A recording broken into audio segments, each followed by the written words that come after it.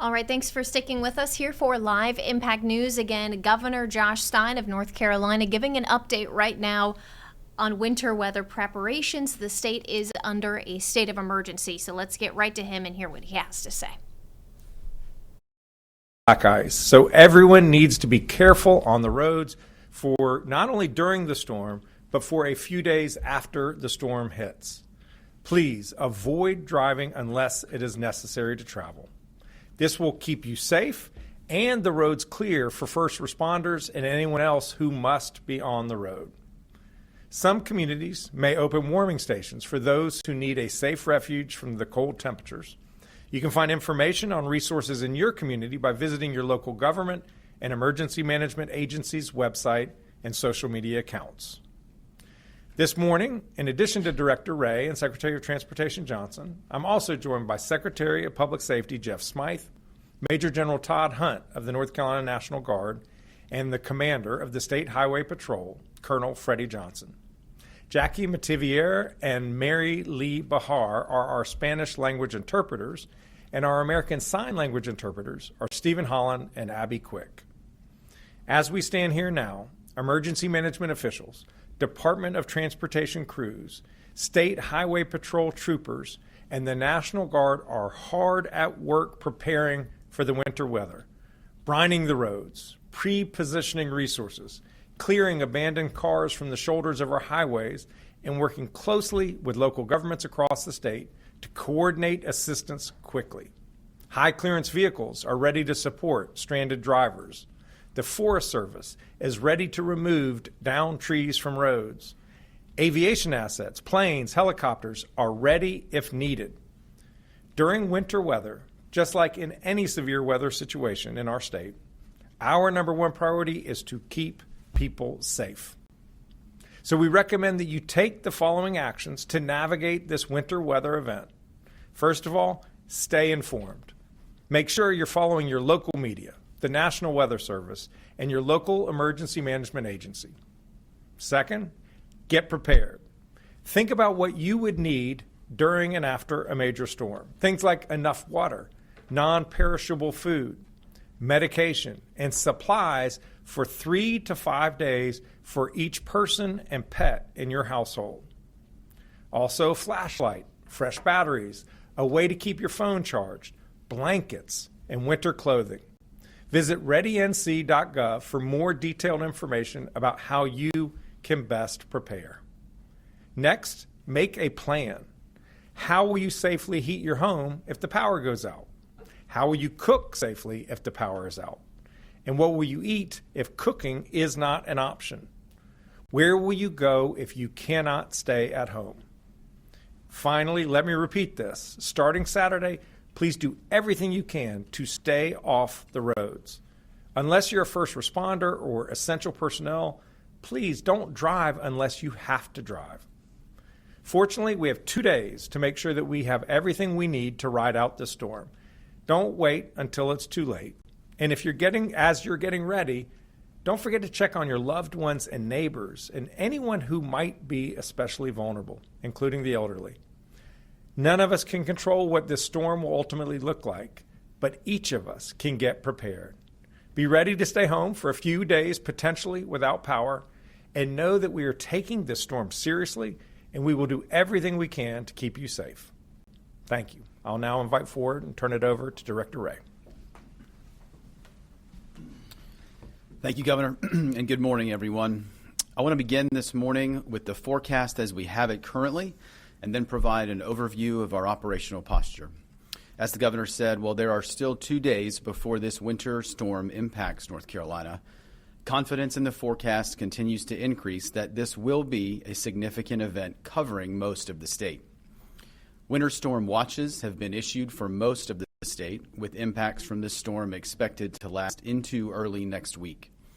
The most impactful precipitation remains over the weekend, where a wintry mix is forecast across much of the state. Light precipitation is forecast to begin early on Saturday, spreading from west to east. The primary precipitation types include some snow, sleet, and accumulating freezing rain, with the best chances of any accumulating snow being in our northern counties. Our partners at the Weather Prediction Center have placed a probability of 60 to 90% for much of the state to experience moderate impacts. These impacts include hazardous driving conditions, especially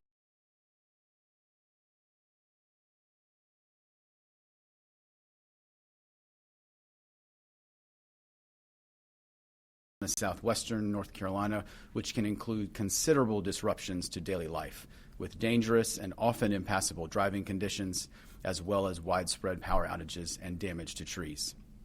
As a reminder, ice accumulations of around a half inch of ice or more can cause an increase in downed trees or impact power lines and lead to an increase in power outages, as well as to hazardous travel conditions. Bitterly cold temperatures will move into much of the state Saturday and will last into Tuesday at this time. There are several important reminders if you lose power during this storm. Please ensure that generators are operated outside and away from open windows or doors to prevent carbon monoxide poisoning. Never burn charcoal indoors or use a gas grill indoors. Properly vent kerosene heaters and make sure that all heaters have space around them to reduce fire risk. Use battery-powered sources of light instead of candles to, again, reduce fire risk. And make sure that you have plenty of warm blankets and clothing available. Based on the current forecast, hazardous travel conditions are expected Saturday and Sunday and may remain for several days due to the lingering low temperatures. As the governor stressed, we would ask all North Carolinians to finalize preparations by Friday night and plan to stay off the roads this weekend. Unnecessary travel not only puts you at risk, but also the public safety personnel, power crews, and DOT workers who are working to respond to emergencies, to restore power, and to clear roadways quickly. If you must drive in winter conditions, our partners with the State Highway Patrol advise reducing speed significantly, increasing the following distance between you and other vehicles, and clearing all snow and ice from your vehicle before traveling. Given the forecast, let's make their work easier by staying off the roads unless absolutely necessary. The State Emergency Response Team has been activated here at the State Emergency Operations Center as well as at our regional coordination centers in Kinston, Burlington, and Hickory. Key partners such as the Department of Transportation, the North Carolina National Guard, and the State Highway Patrol, as well as the Department of Health and Human Services, are working to address any resources or support that is requested by our local communities. We've also activated our warehouses in Burlington and in Baden and Stanley County. As of this morning, the State Emergency Response Team has provided water, meals, medical supplies, and heating equipment to local communities or partners who have requested that support. We're mobilizing elements of the North Carolina National Guard over the course of today and tomorrow to be able to assist with stranded motorists, assisting first responders with their emergency response, roadway clearance, and commodity distribution. Additionally, we are placing aviation assets from the North Carolina National Guard and the State Highway Patrol on standby for any rescue or movement of critical resources and personnel into impacted communities as this storm moves out of the state later this weekend and as conditions allow.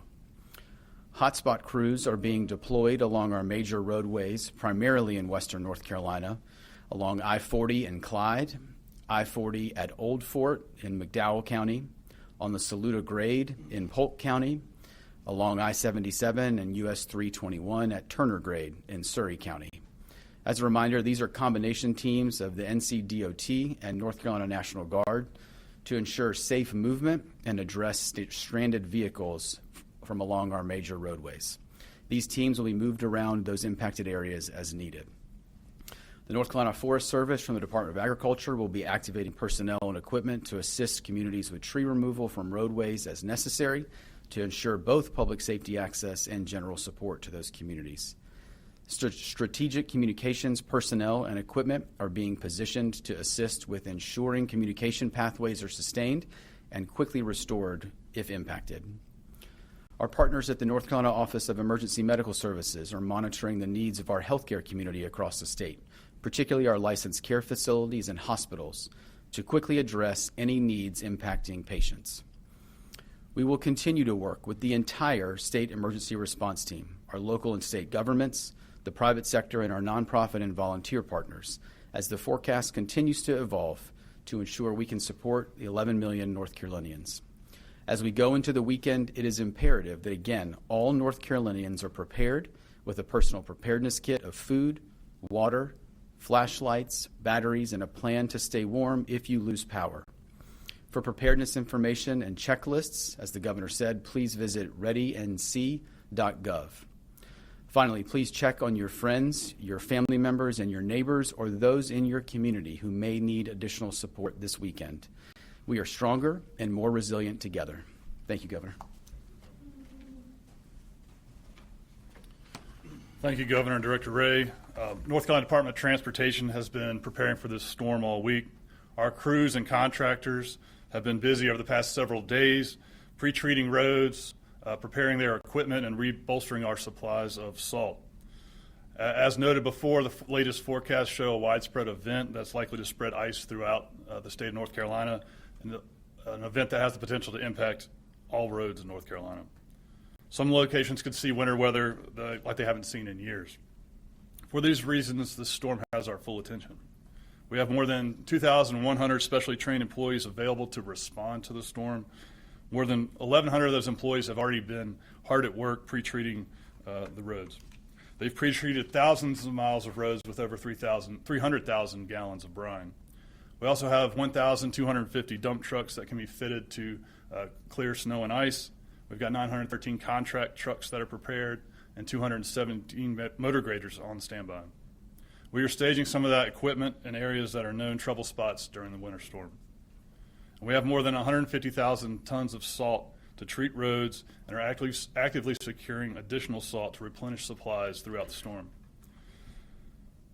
If the current forecast holds, road conditions will deteriorate quickly as the storm moves through the state Saturday and into Sunday. Our crews are prepared to work around the clock in shifts to plow and treat snow and ice until the state-maintained roads are cleared. This includes our teams that will work to remove fallen trees and debris from roadways and work with our utility partners in instances that involve down power lines. Their efforts will be invaluable in restoring connectivity if ice is a major component of this storm, which is expected at this time. As always, our first priorities are the major interstates, followed by 4-lane highways, state and U.S. routes, and then secondary roads.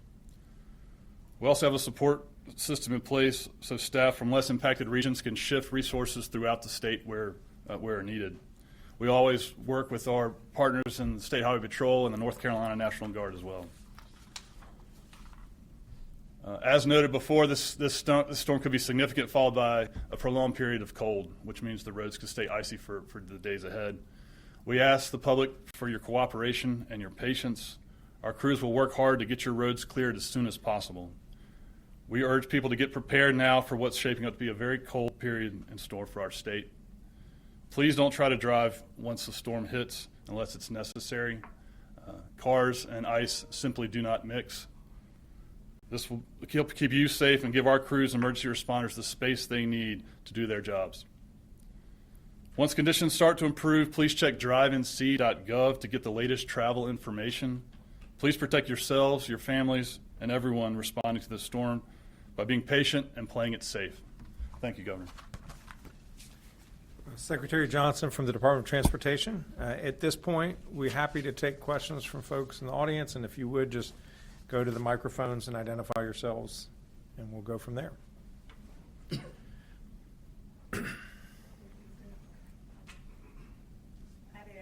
Are there any parts of the state that you're monitoring closely as this storm has the potential to come with some pretty serious impacts? The weather models indicate that the storm is going to hit the vast majority of the state in one way or another. The greatest likelihood of a lot of snow is in the far southwest, Transylvania County area. And really it's only the far east where there may not be freezing rain or sleet or snow, but pretty much all of the rest of us need to be on alert.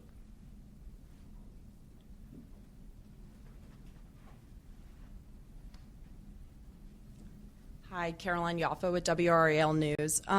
What authority does the state have right now if utilities or private contractors fail to restore service quickly, and are you prepared to use it? I am very confident in the leading utility, Duke Energy, as well as all the electric co-ops and electricities, that they are taking this storm very seriously, and they are bringing in assets from other states that are not as threatened as North Carolina is. And so they are taking it extremely seriously, and we look forward to working with them, clearing the roadways so they can quickly get where they need to go to ensure that people's power is restored as soon as possible. Thank you.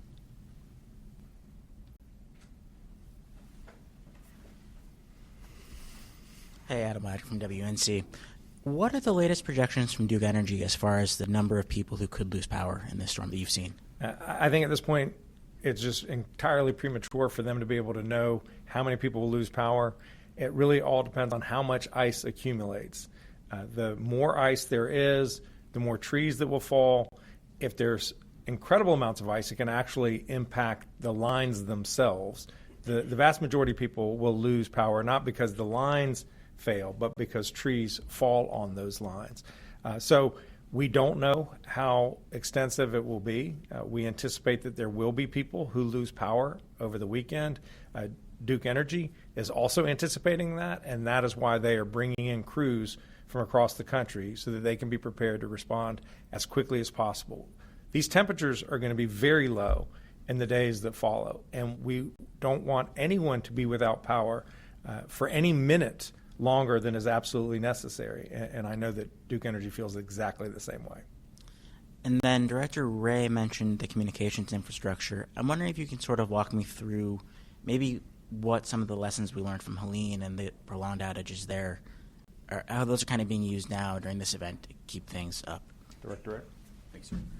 Thank you for the question. I think whether it's Helene or some of the events that we've dealt with in the past, I think the continued focus on making sure that state partners, state agencies, response partners, as well as our local communities have multiple layers of redundant communications. And so a number of the response assets that we push out from a variety of the agencies that you see here on the stage now come with some redundant comms equipment that now goes out with them as a result of some of the lessons learned we've had from both Helene as well as some recent events. Those are steps that many of our local governments and major public safety agencies have also taken. We have refined some of the available communications assets that we have here available at a state level. We've moved some of those into primarily a central part of the state based on some potential needs and where we could see maybe potential impacts and need that support. So I think what you're seeing certainly after Helene, but again, really after every event, is a continued prioritization and focus on making sure that we've got the right communications assets out there to be able to support public safety as well as access to public safety. And again, I think our partners at the State Highway Patrol have done an incredible job maintaining the Viper system. And again, I think our focus on making sure that system continues to be strong and resilient and available for those that need it. Just real quick, when you say communications assets, are you talking like Starlinks, mobile towers? Like what are we talking about? All of the above. I think whether it's mobile radios, whether it's a capability like Starlink, whether it's we have mobile towers, we have some other kind of packages that have been put together that have multiple capabilities on it to be able to help local governments or local public safety agencies or our state partners be able to access necessary networks. Just to follow up on that, General Hunt briefed us this morning about the work of the National Guard, and each of these pre-positioned groups have Starlink with them in addition to traditional forms of communication. We just want to make sure that we're able to talk to each other no matter what happens with the weather. I'm sorry, Dawn. Right, Dawn Vaughn, the News and Observer.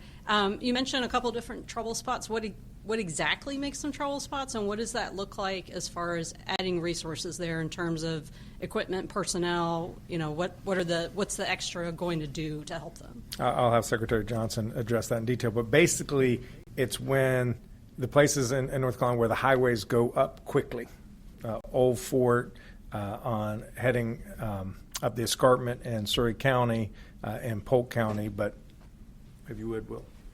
Yes, thank you, Governor. Yes, that's right. I mean, basically anywhere there's a steep grade where traction and icy conditions, roads are vehicles are likely to lose traction and lose control more frequently. So we pre-position. We know this from over time and learning from history, where those spots are going to take place. And so we've pre-positioned some equipment there and some of our resources as well to try to accelerate clearing those roads and getting them back to usable condition. So is it more trucks? Is it communicating with, tractor trailer trucks that are coming through North Carolina from other states as far as getting the message out about those areas? And is it just plowing the roads? What specifically are you doing? I think it's a combination of all those things. I think our ITS team is working hard to get communications out, and we'll continue to monitor the storm. As it's not completely predictable exactly where it will hit, but we can push those messages out both to the trucking community and the traveling public on where those hotspots are. Obviously, we're encouraging everyone in the commercial community and in, just the general public that might be traveling to stay off the roads once this storm hits on Saturday. But we will be pushing out those communications to reiterate, where those spots might be or where troubles may exist on those spots and other places across the state where we might not expect it. Actually, Colonel Johnson, I'll have you come forward if you would. Tell me because you have troopers in those locations too. What do your troopers experience sometimes in these hotspot locations? So thank you, Governor. And to add to that, so we have a very strong partnership with the Department of Transportation and our National Guard partners. They'll put heavy vehicles out there to help get these vehicles cleared out of the road if they get stuck, get them out of that area. But what we see is like he said, the vehicles, we have a high concentration of crashes in these areas due to the grade. And then to go further to answer your point, we also communicate. We have a very strong partnership with the North Carolina Trucking Association, and we've messaged with them where these hotspots are as well so they can alert all these companies. North Carolina is part of a mega transport region, so we have a lot of that traffic in North Carolina. So we partner with them. They notify their federal partners so everybody gets alerted of what's going on through this area. But we have troopers staged specifically with our Department of Transportation partners and these National Guard units that's going to be there helping us. To answer your question. Thank you, sir. Yes, sir. Hello, Mary Helen with Axios Raleigh. I have a couple questions about the roads too. Are you grateful this storm is arriving on a weekend so you don't have like the 9 to 5 commute to worry about? And when it comes to asking people to stay off the roads, are y'all like calling companies and stuff? Like, are you asking like the Amazons, the delivery drivers of the world to stop this weekend, or are you just relying on them to make those decisions? Great question. There's no question that the fact that it looks like the storm is going to hit over the weekend, it's good. All right, so once again, that was North Carolina Governor Josh Stein holding an update for the press and for residents of North Carolina on what to expect with this winter storm. And you can see we also have Texas Governor Greg Abbott providing an update to residents on the preparations that Texas is taking. Of course, this storm is going to impact many states, and it's going to impact each state differently. So the update we get from Texas may be different from North Carolina and different from Virginia. We're going to check back in with Governor Stein as we wrap up here on 13 News Now Plus and see what he has to say. Okay, thank you. Governor, with the Glenn Wright with Progressive News, with the Walk for Peace transiting through North Carolina, have you given them any warnings or expressed concerns to them, or are you just leaving it to them to make their decisions? We are certainly aware of their coming, and we really regret for their sake and the general public's sake. I know people were really excited to welcome them to Raleigh. So we're aware of them. We're in touch with them. At this point, we're not telling them what they should be doing. Again, sort of like with the delivery companies, we leave everyone to make their own judgment as to what makes the most sense for them. And I will ask my colleagues if they have anything else to add. Nope. Thank you. Thank you. Yes, sir. It's Ethan from North Carolina's Weather Authority. One of the main questions I'm getting is massive concern across the mountains about if power is lost, how is the state preparing to maintain water resources? Since there's been concerns of weakened infrastructure across Helene. It seems to be a very big concern. Yeah, the infrastructure concerns are not limited just to electricity, but Electricity drives water distribution, wastewater systems. We're worried about telecommunication systems. This has the potential to be a massive disruption to people's lives. There's not that much we can do in advance to pre-position because we don't know where it's going to hit, other than what we're doing by going to these sort of known hotspots. But one reason why we have the aerial assets on call is so that if we learn about a specific community that has experienced some catastrophic damage to their water infrastructure, that we can get resources to that area as quickly as possible to get those resources back online. Anything else? Good. All right, at this point, we'll take questions from folks who are by phone. If you could, just... All right, so once again, Governor Josh Stein addressing the media, answering questions about winter storm preparations in North Carolina. He did address, of course, the infrastructure, including water service after Hurricane Helene, and he mentioned, this could be a big disruption to people's lives. That's why they have aircraft on standby ready to go. I do want to address, he mentioned if power goes out, be aware when you're operating generators. You don't want them to be inside or too near to your residence. You want to avoid carbon monoxide poisoning. They also warned against burning charcoal indoors and advised to use battery-powered items instead of open flames to reduce that fire risk. So we'll continue to get updates both from North Carolina, from Virginia, and from the rest of the states in our region. We'll also hopefully get more updates from our meteorologists, including on 13 News Now at noon, which is coming up in just a moment here. So thank you so much for joining us for Live Impact News. Sarah and I, it was a pleasure having you. We'll see you back here tomorrow.